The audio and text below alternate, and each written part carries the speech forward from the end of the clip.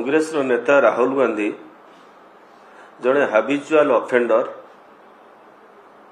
सी knowingly बारंबार high court तल court और सुप्रीम कोर्ट द्वारा भर्षित होते बहुबार हिंदू मान विरुद्ध एभली आपत्तिजनक टिप्पणी रखि था।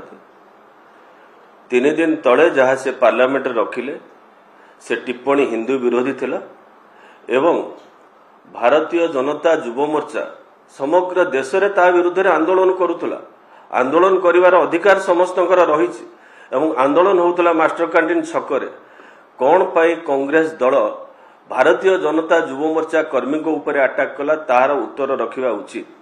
एवं जो कथा कहिसेंती श्रीयुक्त बाहिनीपति जे 20,000 पिला नहीं कि घेराव करेंगे मु तो कहबी से निज अईनारे निजको देखंतु। समग्र राज्यर 37,000 बूथ रु 20,000 बूथ रे कांग्रेस खंडिए भी भोट पाई नहीं एक तारा बाहिनीपति जानवा दरकार।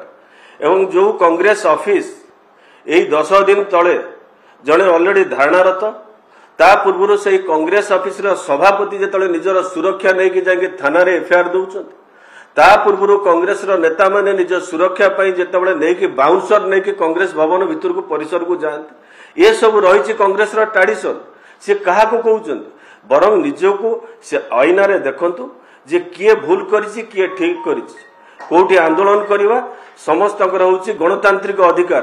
अतीत रे छात्र कांग्रेस युव कांग्रेस मध्य भारतीय जनता पार्टी ऑफिस के आसु किंतु केतेबेले कोनोसी भारतीय जनता पार्टी रामर वर्कर तांको ऊपर आक्रमण करिना।